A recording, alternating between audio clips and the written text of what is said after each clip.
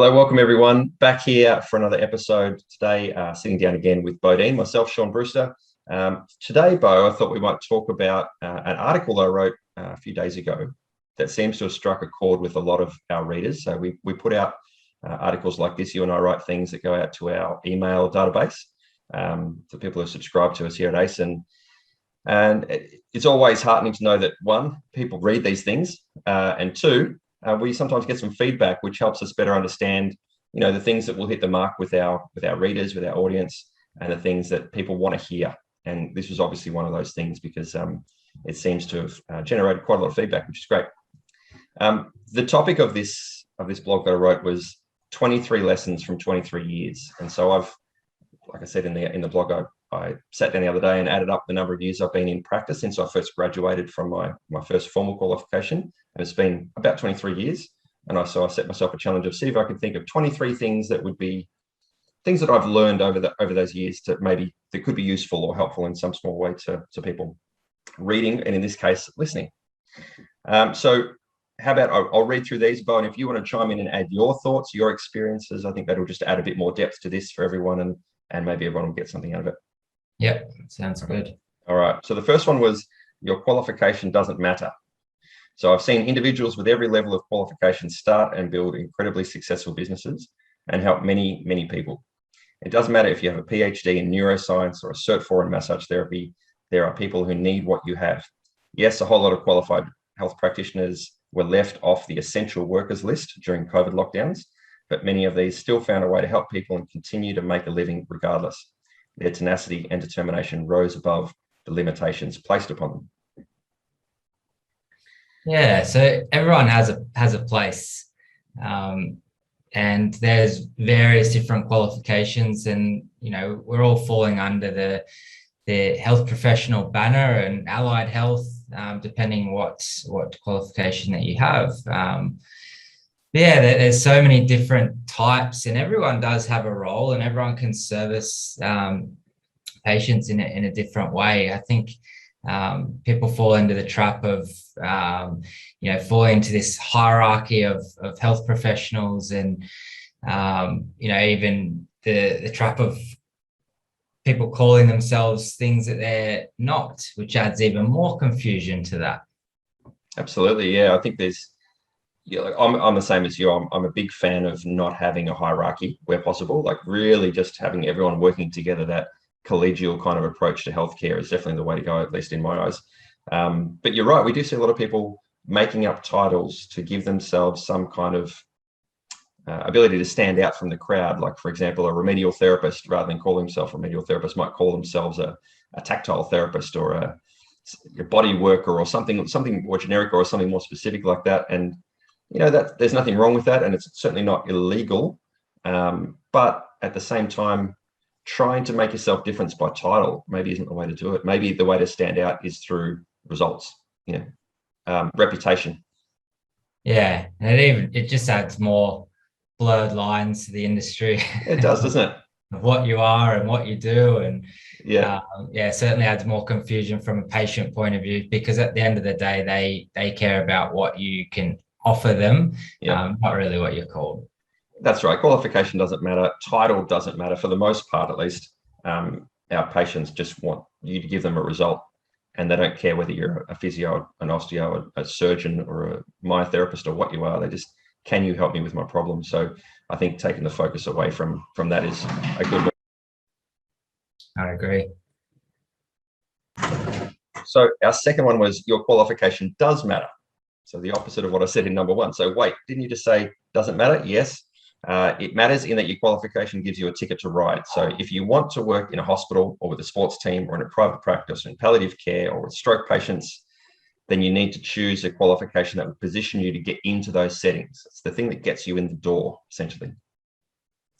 Yeah, you got to have the baseline understanding. You've got to have an understanding of what you're doing, and getting, like you said, getting that ticket out into the industry, that's your baseline, that's your minimum, and then it's what you do after that.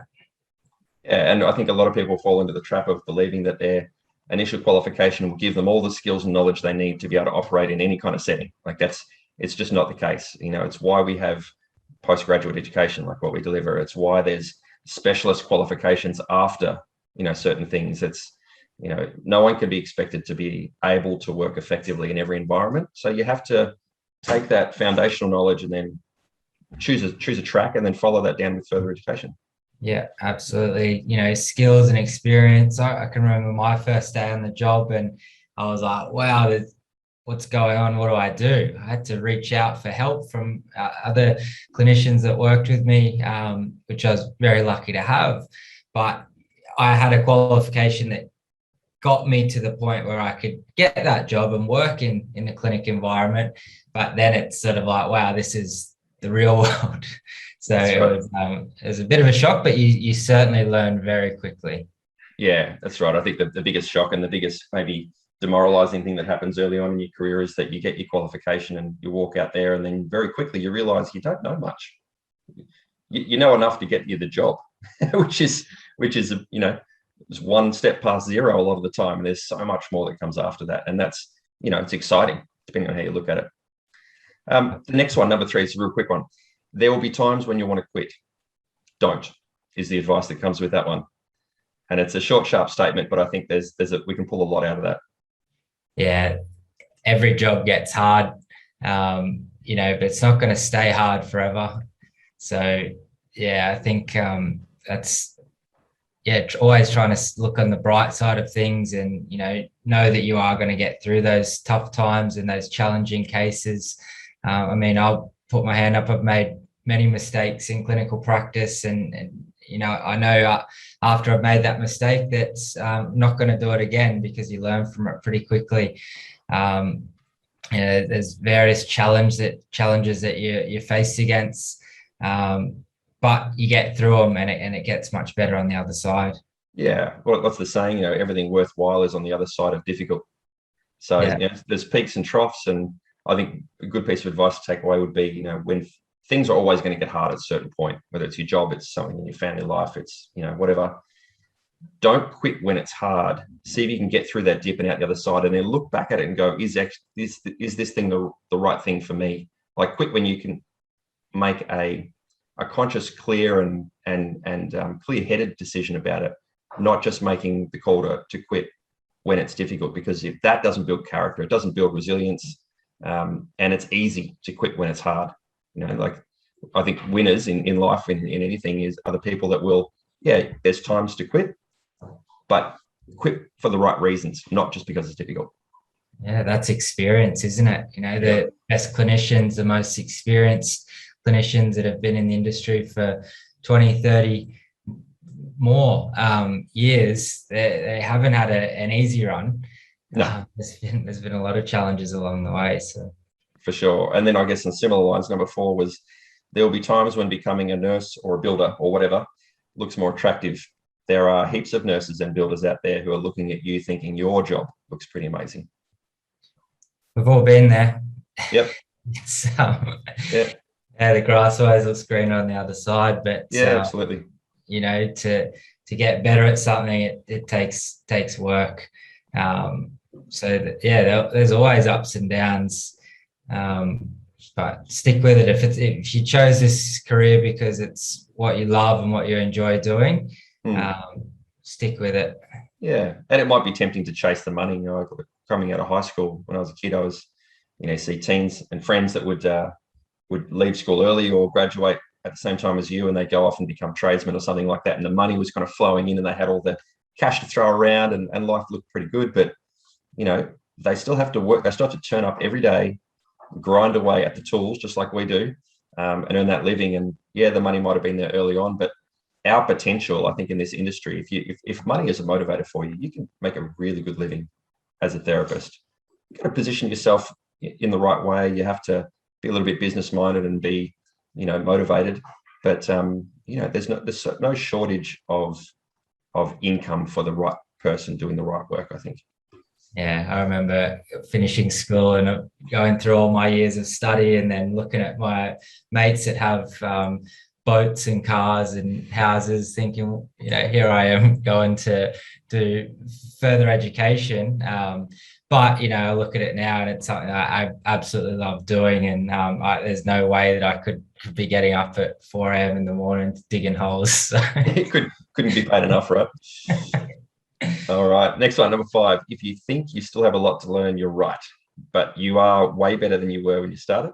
In fact, you're way better than you were 3 months ago. And in 10 years' time, you'll be far better than you can even imagine. Yeah. Knowledge, education is key. There's that bell curve of the longer that you're in practice, you feel like the less that you actually know. And it's so true. You and I have discussions all the time and question each other on our understanding around different mechanisms and what we're trying to achieve and research. And we're constantly scratching our heads thinking, I wonder how that works. Let's go and research some more. Let's look into it a little bit further so that we can really understand it. I think, really trying to chip away at further education is key. And whether that's just reading an article, a couple of pages out of a textbook every week, every month, however you like to do it, attending PD courses, each thing that you learn is just going to build your understanding, which will essentially help you help more people at the end of the day. Yeah, and while there is the shortcut of setting yourself schedules for study and managing yourself that way, there's no real shortcut to time. And so much of your ability to be really good at what you do just happens over time naturally. There's another saying there. It's like people will overestimate what they can do in a week, but they'll underestimate what they can achieve in a year. So you're looking at yourself now, wherever you are in your career, going, I'm way behind where I want to be. Like there's so much more to learn, but give yourself more time and the right strategy in that time, and you'll be miles ahead of where you ever thought was impossible. So it's another thing, like hang in there. You've just got to wait it out. Yeah, definitely. Even as simple as 2 hours of reading a week, you break it down like that. Well, that's over 100 hours of reading in a year.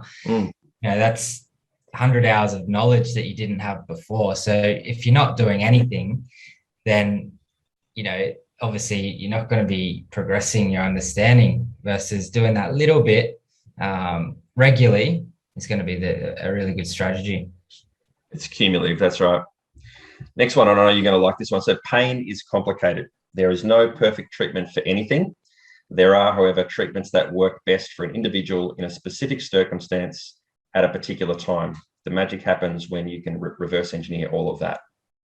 So complex. And this is one that grinds my gears when people say, you've got knee pain. This is the treatment that you have to do. This is the exercise for it, without asking their history, mechanisms of injury, age, sex, smoking status, hormonal factors, psychological factors, social factors. It's huge. It's massive, because maybe that worked for that therapist at that time with that particular patient, but that doesn't mean that it's going to work for the next patient that walks through the door, because there's so many other factors to consider that's involved in someone's pain presentation. There's definitely not a one-size-fits-all approach. So the complexities is enormous when we look at pain. Yeah, no, for sure. And you are right. It grinds your gears. It grinds mine as well. We have these conversations pretty regularly about, the questions, particularly on social media, that people will ask. They'll say, like, had a patient come in the other day with XYZ injury. How does everybody treat this? The answer should be, it depends on the presentation. It depends on the person's history, what caused that injury, all those things that you just listed, the psychological status of that person in that moment in time, how susceptible they are or open they are to coaching and to guidance and advice. And, that for anyone that says, how do you treat this? The answer should be, keep studying, because that's the wrong question. Like you've got to ask better questions. We have to ask better questions. That's it. The art of communication. And, we should have a really good understanding as to the diagnosis based on history. And then you do your physical examination. That gives you that little bit extra as a confirmation of what you're first suspecting. So yeah, that's got to be the number one piece of advice there is ask more questions and really spend a good amount of time going through that consultation and history. Yeah, and I think that I did a session where I had a new therapist come and watch me do a treatment the other day, and the thing that she said after the end of the consultation was, the thing that stood out for her was that I asked a lot of very specific questions, a lot of very specific questions. And I think that that comes down to understanding your pathologies, so understanding anatomy, physiology, and pathophysiology. And so when the person was presenting to me, I was asking very specific questions about their condition, understanding how the pathology of that presentation works. And so the questions were geared towards that. So it's not just about asking questions. You can have a list of 50 questions that you ask every patient that comes through the door.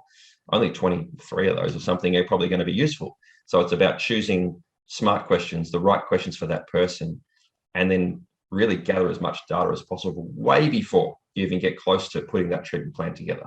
Yeah. And that's looking at the person. And then you've got to look at those other factors, stress levels. What's your enjoyment of your job like? What's your diet like? Social factors. There's all of these other things to consider. And it's not easy just to jump into those sort of things.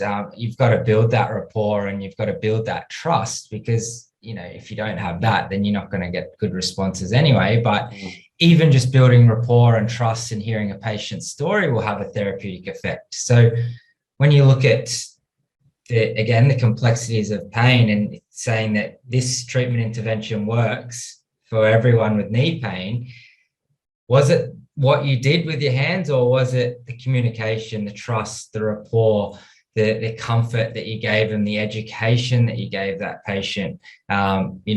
There's so many factors, and we can't just pull out one of them and say that that's what it was. Yeah, 100% agree with that. Next one, number 7. Help is available at all times. You are surrounded by other health practitioners who would be more than willing to offer advice, guidance, and support, but you need to ask for it. Not every person will help you, but there are more than enough who will.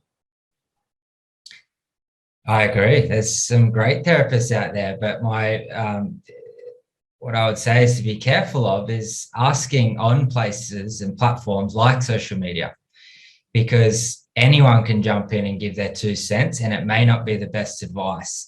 Again, we see this all the time with people jumping in, providing advice, and then, therapists that may not be as educated or newer to the industry latch onto that advice and think, wow, that sounds right, because they were so confident in saying it. Yeah.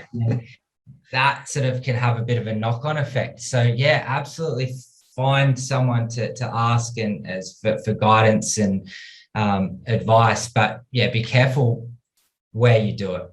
Yeah. And if your only outlet to ask for advice is social media, maybe the question should be, who knows someone that I can go to for advice on XYZ problem? Like who do you know is really good at TMJ pain? And there'll be someone on there that will go, this guy or girl over here, they're the person I always refer to. They get great results. And then at least you've got a referral. It's a referral to a trusted source, a trusted referral. So then you go to that person and then you ask, and does their advice make sense? Always question it. Don't take advice on face value. I could tell you anything. What I'm telling you here is my own personal experience, right? These are my thoughts. So you shouldn't take all of this as gospel. You have to question it. You have to look at it and go, well, does that sound right? Does it feel right? Do I think it will work? And now let's put it to the test and see if it will. Yeah, everyone has their own confirmation bias and will say that my advice is the best because I know that I've been doing it for X amount of years. Yeah. But that doesn't mean that it's right. No. That's one person's opinion. So absolutely. Number 8, when someone puts their trust in you, your knowledge and your skill, when they commit their time and their money to giving you a chance to solve their problem, that is a responsibility that you should never take lightly. Turn up, switch on, and deliver your best every time. I've had a feeling this one might resonate with you, Bo, because I know that you live by this one, like 100%.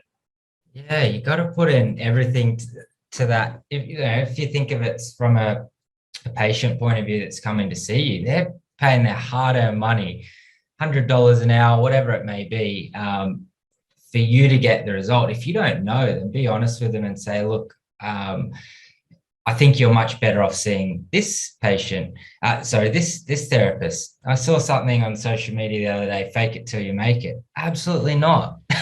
I mean, be honest with the client and say, look, I'm not completely sure. This is what I can do for you. But I think you're going to get better results from seeing this particular person.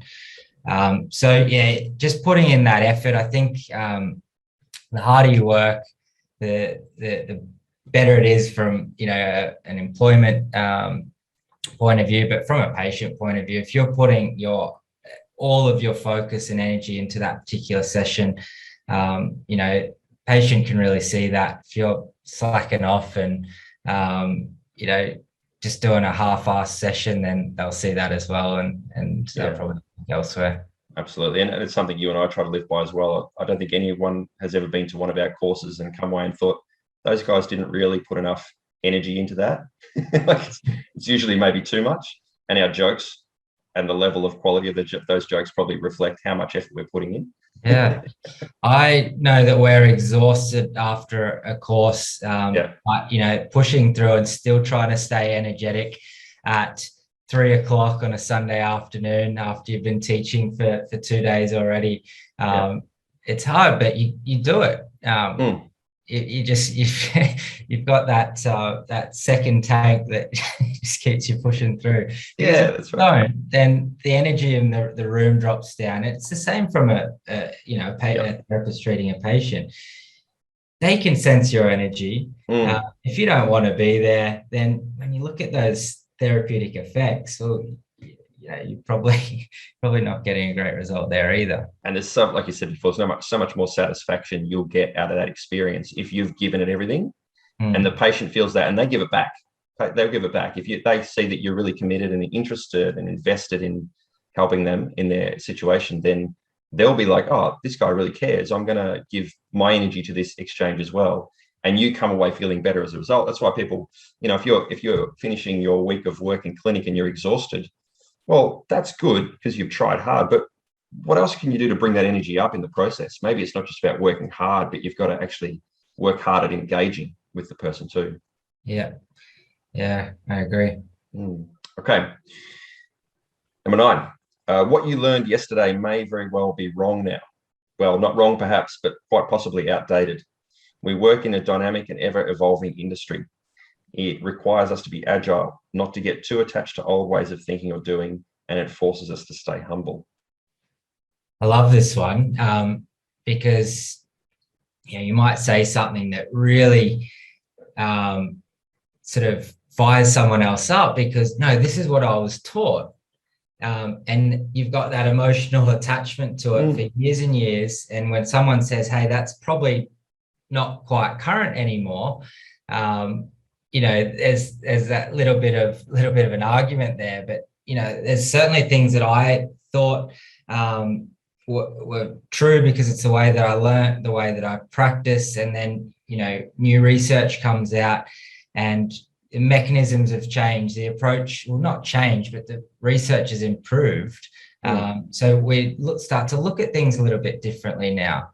So yeah, things definitely evolve and change, and we've got to stay up to date. And you got to sort of put that emotion off to the side, because as soon as you've got that real emotional connection to something, you get very, very much tied to it. And then, this is the way to do it. For sure.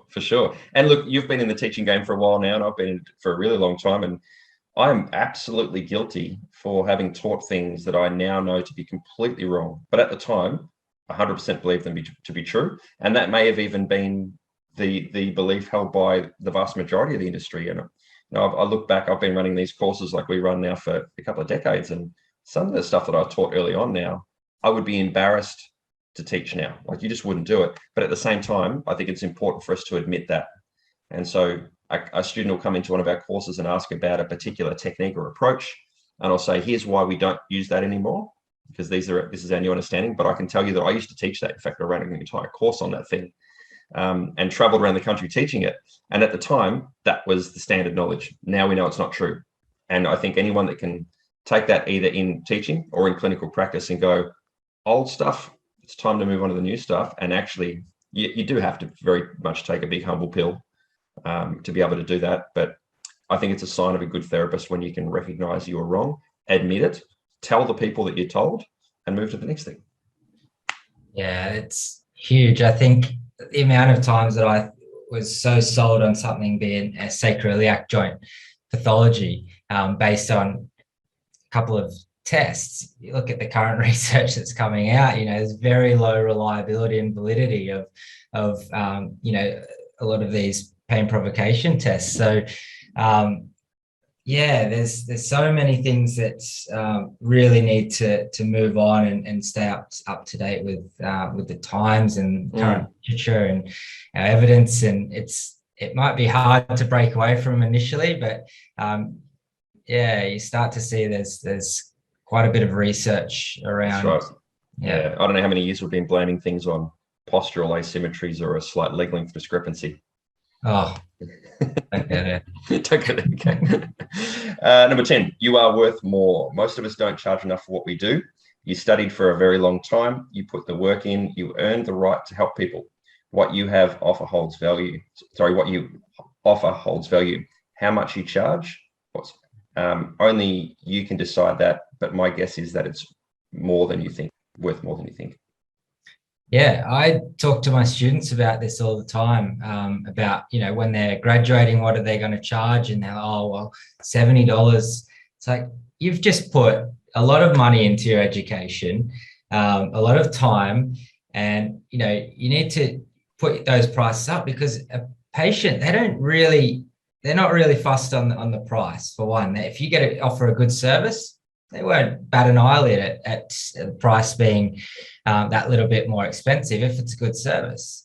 I always use the analogy of looking at a menu, and I do this every time I go to a restaurant. I look at the most expensive meal, and I think that must be the best. Yep. If you've got a $60 steak there, that's a pretty good steak. Versus if you've got a $10 steak, you think probably not a very good steak. Yeah. Probably just a bit of blade steak or something. So that's a good example. I mean, there will be those assumptions based on the price. That sometimes people do charge far too little for what they're worth. Yeah. And look, at the same time, there'll be some people out there in the general public who, for them, the $10 steak's about right. It'll do the job.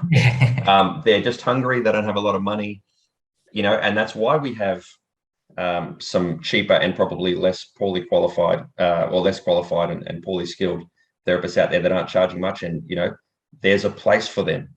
The place for them is, with the clients that are happy and willing to only spend a little bit of money. But if you want to have a solution to a problem, if you want someone with skill and knowledge and education and experience, then you're willing to pay money for it. Like you go to the mechanic that's going to charge you $200 an hour for their time, or one that's going to charge you $10 an hour, then, the $200 one's probably going to do a better job, probably, in most cases.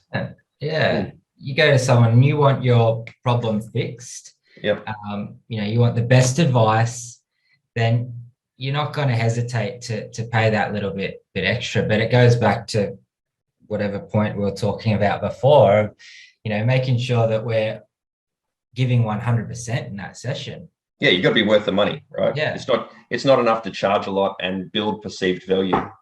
You can't just go, well, I'm $180 for a 45-minute consult, therefore I'm better than the person that charges $80. Yeah. You have to be worth it. Yeah, you got to do those other things like that, continuing your knowledge, doing the reading, getting more experience.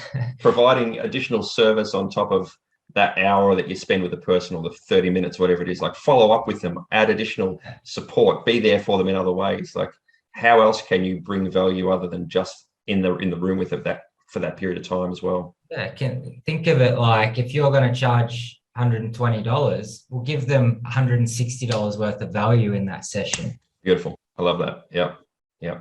And then the 120 looks cheap, doesn't it? Yeah. It looks cheap. Yep. Yeah. Okay. Number 11, on the same lines, we've got what you charge determines your worth. Okay, so looking at it from a different perspective, well, that throws a spanner in the works on point number 10. The truth is the price you set will create a perceived value for your service. If you are too cheap, some people will believe you aren't very good, even before they meet you. If you charge a lot, most people will assume that you must be very good at what you do. Of course, if the price is very high, you will deter some people, but not all of them, and you don't need all of them. Yeah, I probably touched on that a little bit with the last one, so I might let you take the reins on this one. Yeah, well, I think just reiterating what we've just said is, people will have this perceived value based on the price that you set, but at the same time, you will lose some. Like if you decide after listening to this episode today that your prices are too cheap because maybe we told you, or maybe you've heard it enough times now to actually do something about it, and you put your prices up, there will be potentially a percentage of your clientele that will drop away because a price increase for them was just that little bit too much. Probably not as many as you think, but it might happen. And the truth is, there's enough people out there that can afford your service, no matter what price you set. There's enough people to keep you busy, providing your service is worth it, and providing that they can find out that you're there. That they can come to you. So you don't have to be priced and presented in a way that is perfect for every person, because you only need enough to keep you busy, and that's such a small percentage of the population. Yeah, and it also, you got to consider who your market is as well, and what services you're actually offering. If you want to position yourself as someone who does treat, at people that have those chronic pain presentations, and you really focus on that injury rehab side of thing, or if it's just a general maintenance massage, you've got to consider that with your pricing as well. What type of clients do you attract, and who do you want to attract with your prices as well? Yeah, that's right. Yep. And look, we live in it's not a poor country. Australia, we have areas where there's lower socioeconomic kind of situations where people don't have as much money, and there's areas where there's more. So if you're in an area where there's more money, of course, it's easier to charge more. But you could work and live in an area with a very low socioeconomic kind of demographic and still charge a lot, because there is enough people there that value your service if it's good enough. It does come down to quality, like what you were saying before. Number 12, I know you'll like this one too. This is anatomy, physiology, and pathology. These three sciences underpin everything we use in clinic every day. It doesn't matter how well you think you know these things. Keep studying. The more you understand these, the more you understand everything. Yeah, very much agree. And I've probably stole a bit of this off you, where, everything that we do is every technique, exercise, intervention, whatever we do, it's based on our understanding of anatomy and physiology. So we have to understand our anatomy and physiology to be able to understand pathology. We have to be able to understand that to be able to design appropriate treatment plans and rehabilitation plans.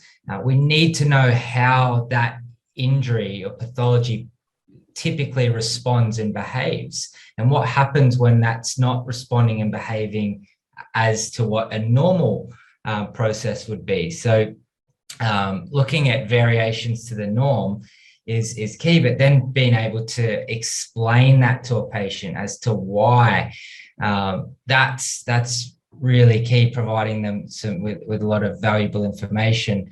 And we don't need to talk all that terminology to our patients, but we need to understand it. And then by understanding it, relaying that to our patients in more simple terms and non-threatening terms as well. Yeah, that's right. Look, I know when I was going through college, university, studying these things that we do now, anatomy was something that I was naturally drawn to, and I got it fairly quickly. But the pathology and the physiology and stuff was tricky, and I naturally gravitated to more the physical things, the visual things, the techniques, the treatment stuff. I love that, and I could learn it quickly, and there was no problem. But looking back, I did struggle to take on those basic sciences, and probably for the first 10 years of my career, I was like, I don't want to learn any more of that. I want to learn stuff that I can do. But now, how much time do we spend looking at anatomy and physiology? Like, we are doing some what would be considered fairly high level stuff by most, And it's just basic science stuff. That's all we're doing, is going looking at the basic sciences over and over and over again to try to understand why these things work. Yeah, I was reading a few articles yesterday, actually. I think I wish I paid more attention. Yeah. Chemistry. 100% agree with that. Yeah. And, as a teacher now, we bang onto our students like, this is the stuff you need to learn. We want to get them excited about it. But of course, if you're a student going through school and you want to get your hands on bodies, you want to get your hands on bodies. You don't want to talk Latin. You don't want to talk about, all the parts that make up the body. They're there. Let's rub them, push them, poke them, stretch them. But like you said before, until you understand those sciences, you can't do those other things effectively, at least not well anyway. Yeah, I think we go in waves, through our career. At the start, we're very hands-on. I can do all of these techniques, and you might get some fantastic results, but then you're sort of thinking, why did I get a good result, or why didn't I get a good result? Because, I find that the times when you don't get a result, they're the ones that really make you think a bit more. Yeah. Hang on, what happened here? Yeah. Yeah. Why did this? Not what the textbook said. Yeah. So you really need to dig a little bit deeper.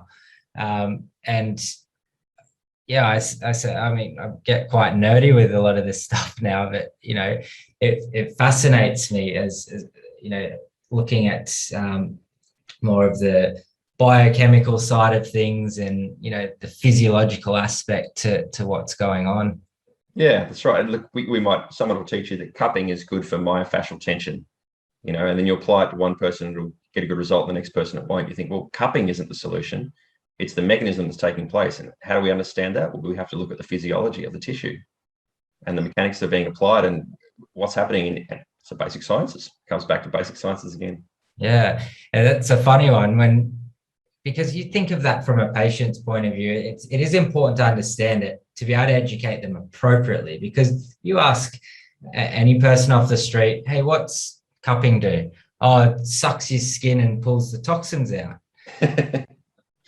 No, it doesn't. No, it doesn't. It does suck on the skin, but there's the mechanisms involved. Giving people appropriate understanding as to why we're doing a particular intervention and why we're getting a good result. That's the challenge, but it's very interesting as well. 100%. Yeah.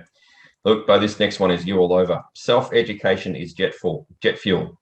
We all have gaps in our knowledge. Once identified, if you're willing and curious enough, you can find the answers to just about anything. Self-education is jet fuel for the therapist who wants to be at the top of their game. I was thinking of you when I wrote this one, because you are the embodiment of a self-motivated, self-education person. Yeah, that you said it there with curiosity. That's really can spark learning. And there's certain ways that we can get more enjoyment out of life, and that can be exercise, going for a walk on the beach, can be learning. So it's the more that I learn, the more excited I get about then teaching other people, but even applying that in clinical practice. I've attended courses, professional development course, and literally can't wait to get into the classroom. Into the clinic to be able to apply what I've learned. So, I really can't say enough for education. The more that you learn, the more that you're going to enjoy your job, the more that you'll understand it, the more people that you'll help. You've been a part of in this industry and education for so many years, so you're very much the same. Oh, for sure. And look, you said it before that we sort of go through waves of what's important to us at different times. And I've done quite a bit of formal education, so achieving kind of qualifications. And to be honest, I didn't enjoy that anywhere near as much as I enjoy the kind of stuff we're doing now, where we'll take an idea and we'll hash it out. Like yesterday, we spent 3 hours on a Zoom call talking about mechanisms in electrotherapy. Like, for anyone else, they'd probably be bored stupid, but you and I were pulling it apart, and we realized the gaps in our knowledge. We're going to dive deeper, and we're just building, and that really lights me up. So, you got to figure out how to do it for you. But if you can be self-motivated to educate yourself, as in self-education, there is literally nothing on the planet you can't learn. Nothing. Elon Musk, this is a great story. I'll just remember this one. Elon Musk, I remember reading his book. He builds rockets, right? He does electric cars, all the stuff that he does. He once went to buy, if anyone read his book, you know this, he once went to purchase some rockets from the Russians at one point because he wanted to, build rockets, go to space, and he needed some to start with. They wouldn't sell them to him. So he read a book on engineering for rocket science and taught himself how to build rockets. Not everyone's capable of that, but we are all capable of, pretty amazing things. If you're motivated enough, the answers to everything are out there. You might have to go looking for them, but they are available to us at all times.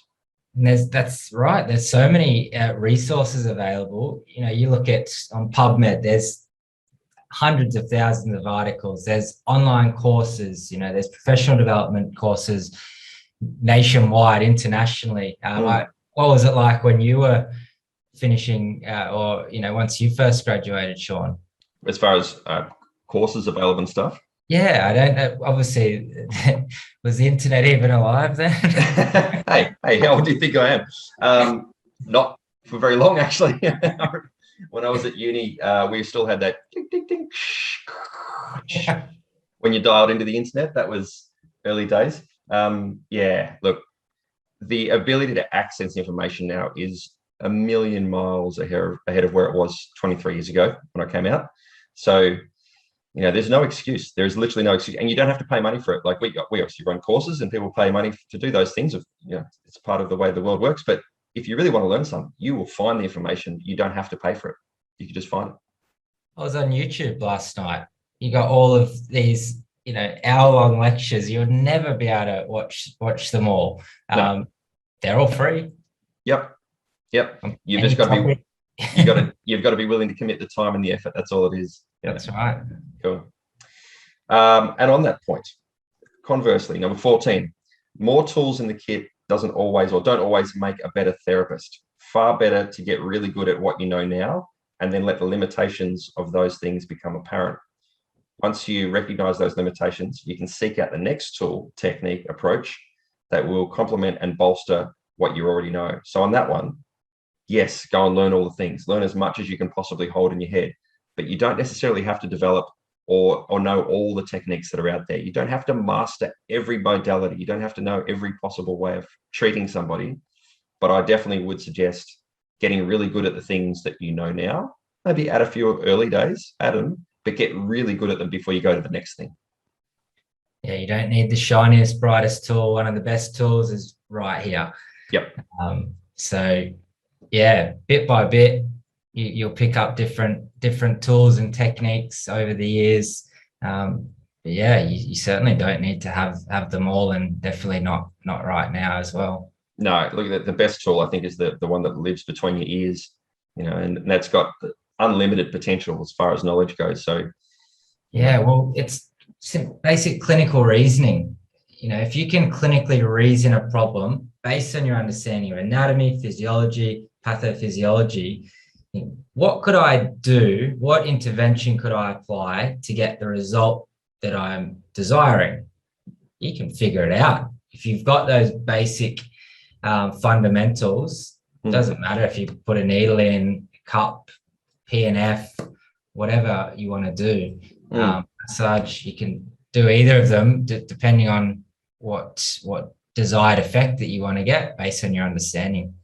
Yeah, that's right. Yep, absolutely. It's another analogy would be, you get a taxi driver who knows a city really well, and regardless of the traffic, he'll find a way through the city in a reasonable amount of time because he'll know which roads are going to be busy at a certain time. A clinical reasoning is no different to that. You want to be that taxi driver with the knowledge of that area, not just someone who's got the fastest car, because you can only go as fast as the speed limit. You can only go as fast as the traffic will let you. But if you know your way around it, if you know that kind of sideways entrance or the one around the back that other people aren't aware of, then you'll get the result. And that's knowledge. That's not skills, it's knowledge. And you don't always get there the first go. Yeah. Not hit a roadblock. Yep. Take another direction. Come back. That's right. But you've got to have that deep and wide understanding of the information to be able to make those decisions. Yeah. Okay, next one, number 15. Don't hesitate to refer. I think you touched on this one earlier too. So nobody wants to have their time wasted, let alone their money. If someone walks through your door with something you know you can't help, or that you know someone else could do a better job on than you, then tell them. An honest and early referral will build trust in you and your professionalism. They may be disappointed in the moment, but they will be grateful that it didn't take 6 consultations for you to come to that conclusion. Yeah, don't fake it till you make it. Good advice. You don't know what it is and refer on. Yes, good advice. Don't fake it till you make it. We just leave that one there. I reckon that's good. Yeah. Okay, number 16. Spend the time to educate. This has been a big one for me over the last few years. So as the years progress, I'm finding that I'm spending more and more time helping the patient understand why they feel the way they do and what got them there in the first place. Educating the patient is so much more valuable than may first be obvious. They came to you for a solution to their problem. Taking their pain away is part of it, but knowing why it showed up in the first place and understanding how to make sure that doesn't happen again, that's powerful. Take the time to make sure they get it. You'll be surprised how patient satisfaction increases as a result. I've experienced this many times where you provide them with a little bit of education it might even be about provocative factors, and they'll go, no one's ever told me that.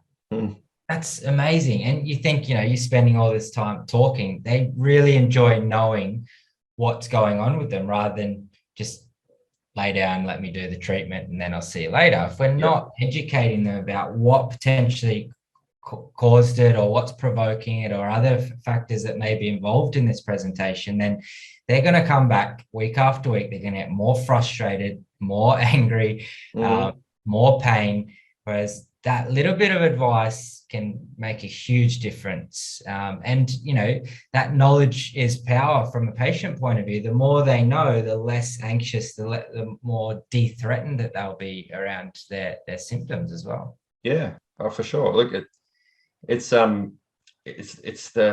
think so many of us rush to get the patient on the table because it's what we were taught. We were taught to do the treatment, right? We were taught to educate them, but so much more emphasis is put on what we do on the body for the person or with them.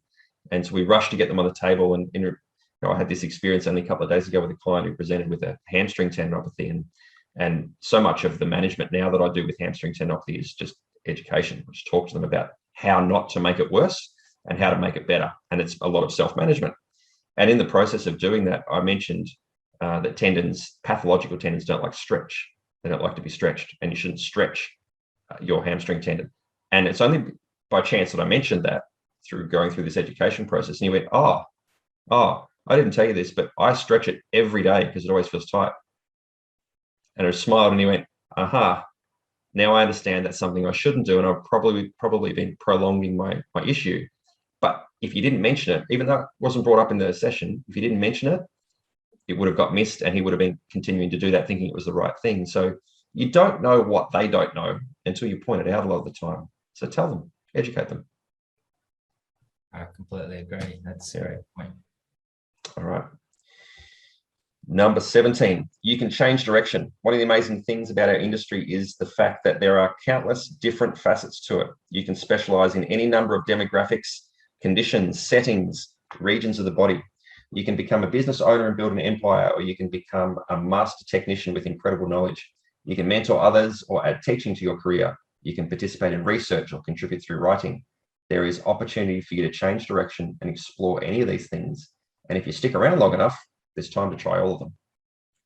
Yeah, you just got to have a strategy to do it. You can't just expect that it's going to happen and that the types of patients that you want to see are going to walk through your door, or the job opportunity that you want to get is just going to present itself.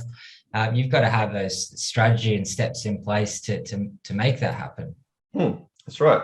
And look, the other thing is people get bored too. Like everyone gets bored at a certain point. We talked before about peaks and troughs in your career, and you'll want to quit at certain times. Well, okay. Well, if you're not lit up every day by the work that you're doing, what else could you do in that line of work? So we work in education predominantly now, not as much in clinical practice as maybe we once did.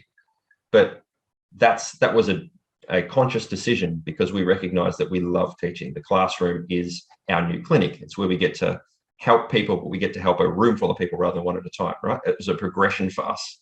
And so I think that if I had just stayed in clinic working all day, every day, at a certain point, I would have felt like, oh, what else was there? And if I didn't find teaching, I might have been disappointed. For someone else, it might be, I'm in clinic, I want to do something else. I'm not, on fire like I used to be. Well, maybe you need to start a clinic and run a team of people. Maybe you're a mentor. Maybe you're a leader. Maybe you just love what you're doing in the clinic, and you just need to double down on that too. Like there's no right way. There's just the right way for you. Yeah, you got to put yourself out there and around that environment. I remember I was in Canberra and I wanted to get into teaching. So I got a job at the clinic reception. Oh, yeah. To put me around that area, because when that one opportunity that may have came up to say, hey, we need another teacher, well, I'd be ready. Yeah, right. So yeah, it's things like that. You're definitely one of those position yourself for success people, aren't you? Like you, and then an opportunity for teaching happened in Brisbane, so you moved to Brisbane, and then it happened in Perth, and you moved. Like you're willing to take those big steps. Not everyone's willing to take big steps to position themselves for what they want, but you should certainly be open to the opportunity and be willing to take. You do have to. Nothing great happens without risk. You've got to take risks, and there'll be some sacrifice and effort required, and if you're frustrated because your career's not going where it wants to go, well, ultimately it's your fault. You didn't take it there. That sounds a bit harsh, but we are 1000% responsible for everything in our lives. And even if something happens because of somebody else's actions, but if you look at it from the perspective, well, everything's my fault, well, then it gives you the power back to do something about it. Yeah, I agree. Okay. 18. You're only as good as your last result. This game is nothing like being an Olympic gold medalist. If you win a gold medal, you're an Olympic you're an Olympic champion for life. In our line of work, you have to perform every day and get results for people more often than not. The second you stop delivering for your patients is the second that you start to become replaceable. Don't let this get you down. Let it motivate you. If we work hard at it, we can be at the top of our game for decades. There aren't many Olympic athletes who can say that. Yeah, giving your best in it every session. There's going to be days where you're tired, you don't really want to be there, but at the end of the day, that person again is paying you good money to be there. Yep. So yeah, I think falling into just that rhythm day after day, you think, well, what's got to change? You need to disrupt that pattern a little bit. Yeah, and look, you might be ahead of your game too. Like you might be someone who's putting a lot of effort really early in your career, and you are starting to develop a bit of a name for yourself as someone who's really good at something, right? And then if you go, I'm just going to ride on the coattails of this now, just going to cruise and sit back, the rest of the world will catch up and they'll pass you. And you might be the man when it comes to foot pain or something, whatever it is, and everyone refers to you. But at a certain point, if you just cruise along on that reputation without continuing to give it 100% every day, your knowledge and your skill and your understanding will become outdated and people will pass you. So while we're not Olympic athletes, you sort of have to think like one. How do I maintain elite performance at all time? How do I make sure I stay at the top of the game if you want to be recognized at that level? I liken it back to when, my competitive days when you think, well, my opponent's not taking a day off. My opponent's not resting. They're not putting in a half-assed effort. Yeah. You've got that mindset. Well, I've got to be better. I've got to go one up. Yeah. And for those who don't know, Bo, you're talking about Muay Thai kickboxing. And, if you make a mistake, it's not like you go, I'll just see them tomorrow. You've got concussion. You're out cold. There's an immediate result. That's right. All right. Next one. Where are we up to? Number 19. Be patient. Everything worthwhile takes longer than you want it to. Yeah, it is a long haul. Yeah, you'll get some great success early on, but yeah, there's smaller goals that'll lead to an ultimate goal. But yeah, it's certainly like I look at myself as looking up to people such as yourselves and people that have been in the industry even longer than you. That I'm still early on in the game. Well, we all are. There's always someone who's been in it longer, right? Yeah, and there is always someone that's better, but that's my goal is to get there and be the best and be at the top.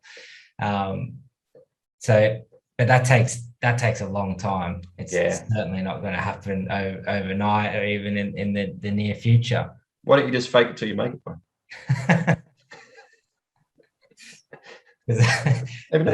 There'll be people out there that will, you know, that are better, and you know, it doesn't work like that. That's right. It does take patience, and I said this before, but you know, you'll underestimate what you can achieve in a week. You'll overestimate what you can achieve in a week and underestimate what you can achieve in a year, or 5 years, or 10 years, or 30 years. You know, we've got friends in this industry, bro, that, like, I could reel off a bunch of names that have been at it for decades, longer than me, and they have developed that reputation for patience. They stuck at it longer than most people did, and that's half the game.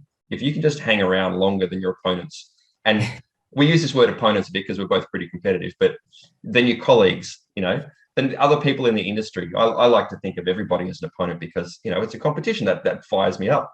I love all my components, by the way, but my opponents, I should say. But if you could just hang in there a bit longer, you can work a little bit harder, you can get up a little bit early, you can stay a bit longer.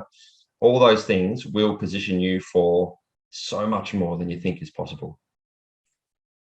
Yeah, do that little bit extra. That's right. Have that sort of that opponent mentality that someone's at biting at your tail. Yep. And we I don't know how much of this I should share, but Bo and I, we obviously in this education game, whenever we see somebody that pops up trying to do something like we do, what does it do to us? Fires us up. It fires us up so much. We love it. You know, I love competition because it just makes me think, right, someone's here to play. They're playing our game. We get to play with someone else now. So yeah, that's a bit funny. Number 20, we're getting there. Wait actively. So I said the first 19 was be patient, but wait actively. So in point 19, I said you have to wait, but I didn't say you have to be passive. Nothing worthwhile comes to those who simply wish it to happen. Position yourself for success. Surround yourself with people and resources you need, and then move towards your goal. Don't wait for it to come to you. Yeah, iron sharpens iron. That's you know, we have several discussions now on you know, when we're developing content about, you know, bringing our ideas together and questioning them and asking the question why, because that helps us understand it better, but then we've got to explain it and reason it.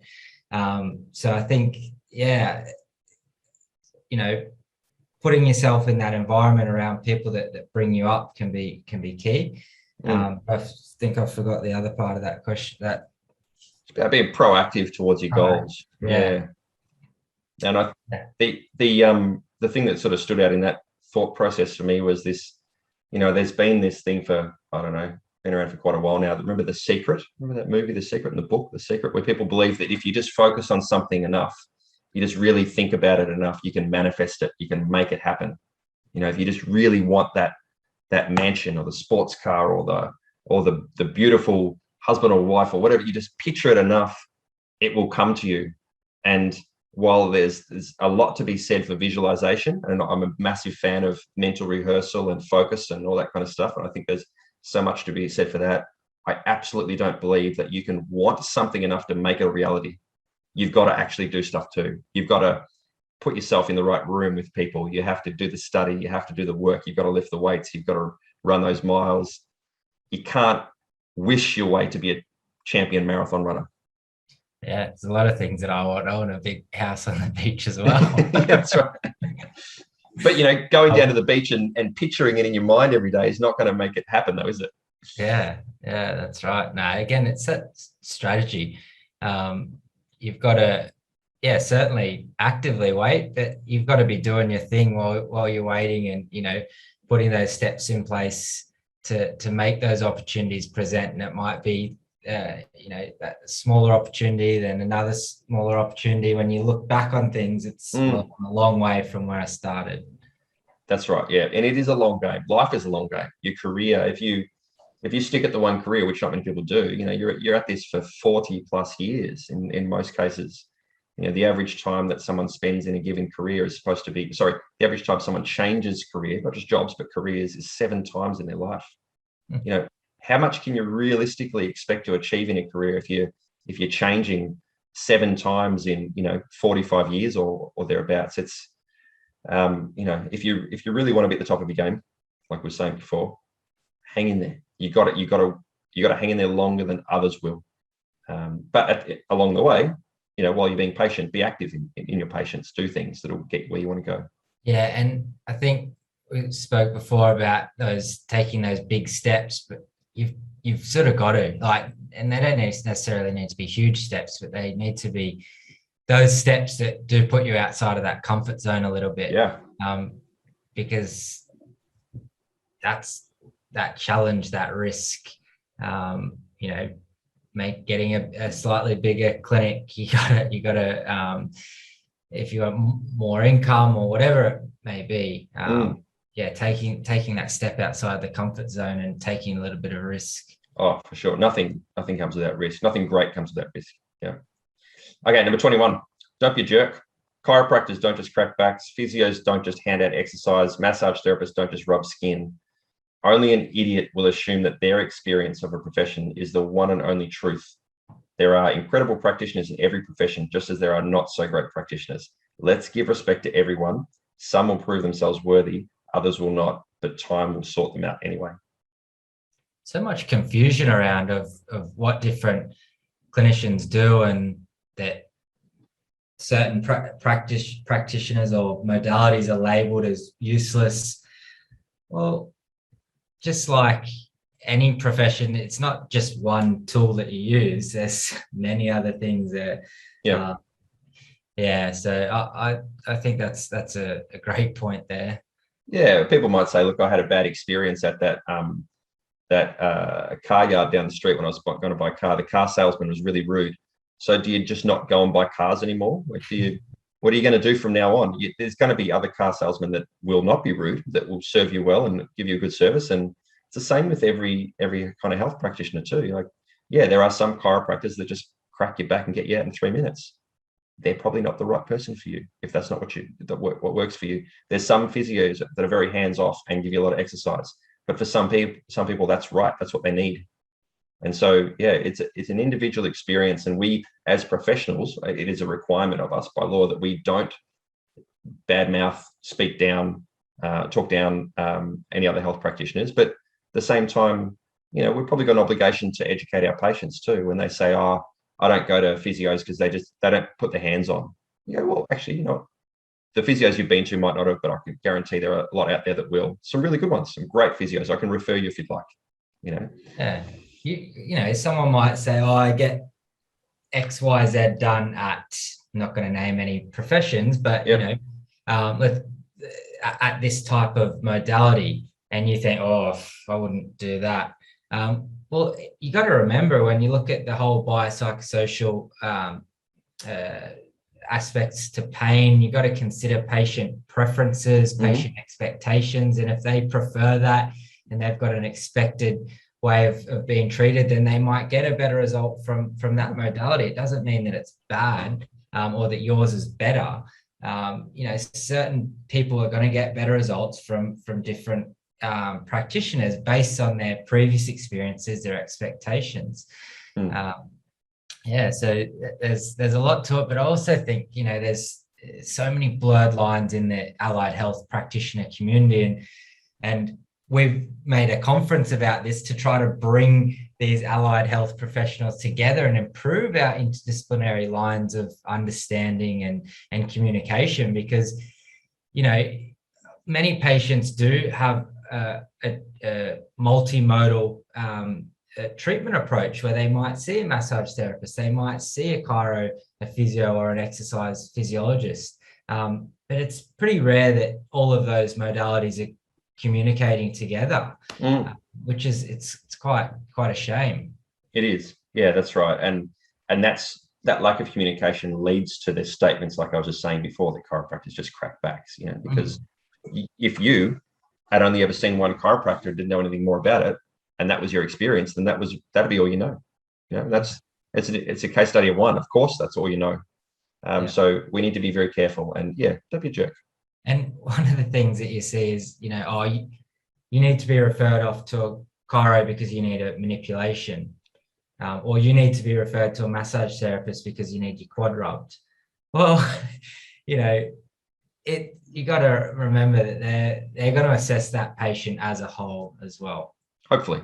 Yeah, that's right. And you need to refer the people off to the person that will do the work that you think they need done, not the profession. Because you put 5 physios in a room, I guarantee they all work differently, just like 5 myotherapists and 5 exercise physiologists.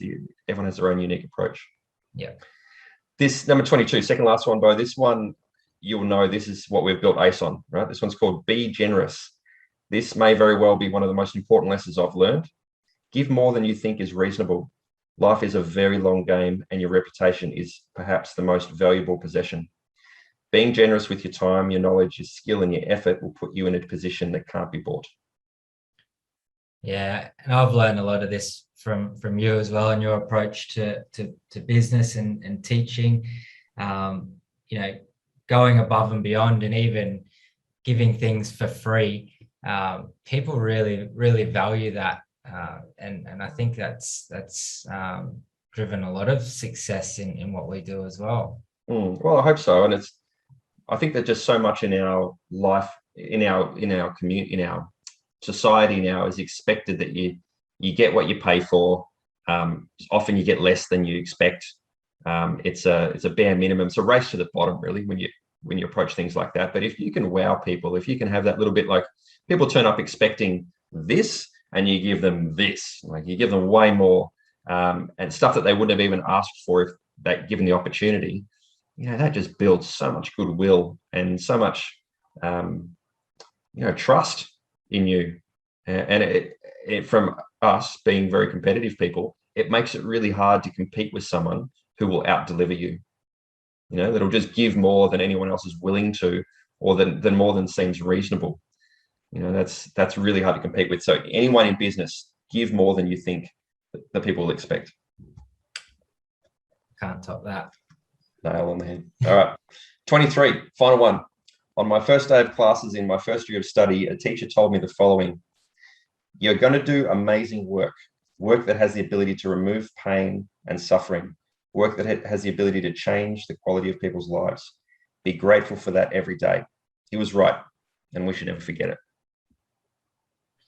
Yeah, we can do some incredible things. And I remember so many patients that you literally, they look at you like you've changed their life. You've taken away their pain, and they're so grateful and thankful. And that's one of the most rewarding parts of our jobs, that we can influence that.